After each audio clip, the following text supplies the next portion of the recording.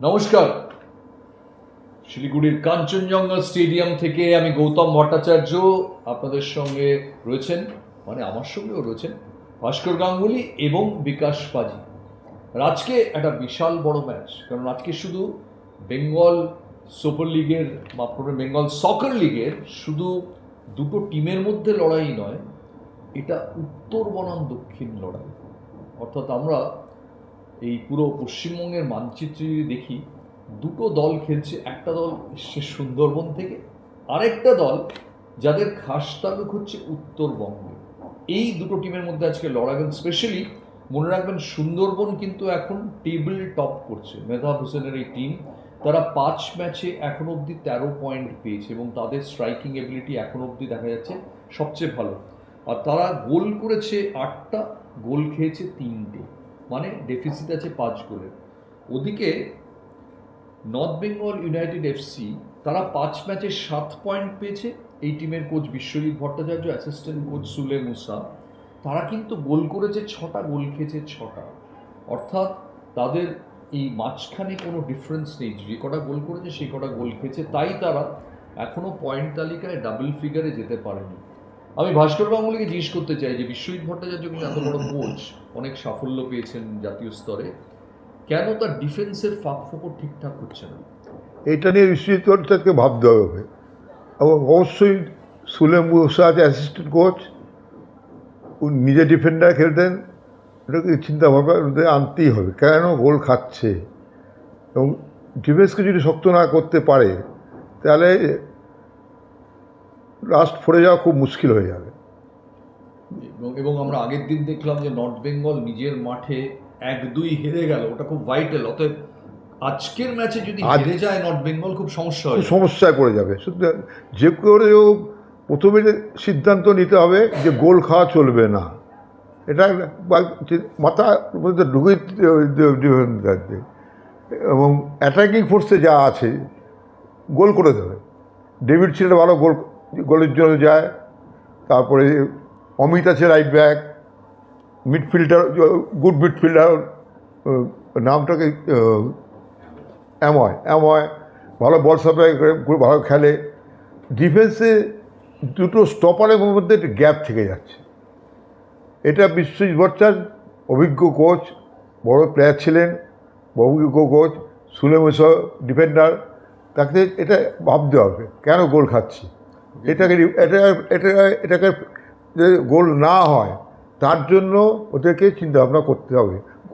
গোল না খেলে গোল এসে যাবে, এটা আমি স্থির বিশ্বাস আমার। এবং অপোনেন্টে যারা আছেন,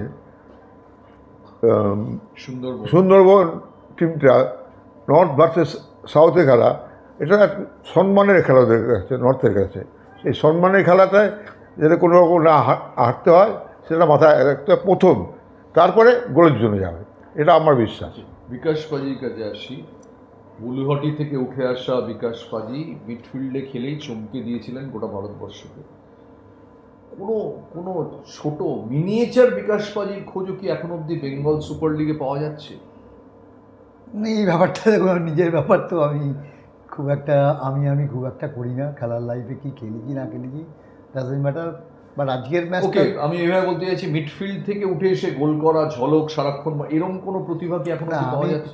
এটা বলছি খেলা নিয়ে যেটা হচ্ছে, যেটা নিয়ে শুরু হয়েছে, যে উত্তর আর দক্ষিণের লড়াই, আমি মনে করি এটা আইএসএলের ইস্টবেঙ্গল মোহনবাগানের যেমন লড়াই, এটা বিএসএলের ইস্টবেঙ্গল মোহনবাগানের সেরকম লড়াই। মানে আজকে আজকে বিএসএলের আমার তরফ মনে হচ্ছে যেটা ইস্টবেঙ্গল মোহনবাগানের ডার্বি ম্যাচ। এটা তার কারণ আমি যেহেতু দেখো, দুজনই একজন আমার ছোটো ভাইয়ের মতো, ওর সাথে খুব ঘনিষ্ঠতা আছে। বিশ্বজিৎ দার সাথে আমি খেলেছি, দুজনেই সদ্য বি লাইসেন্স করেছে।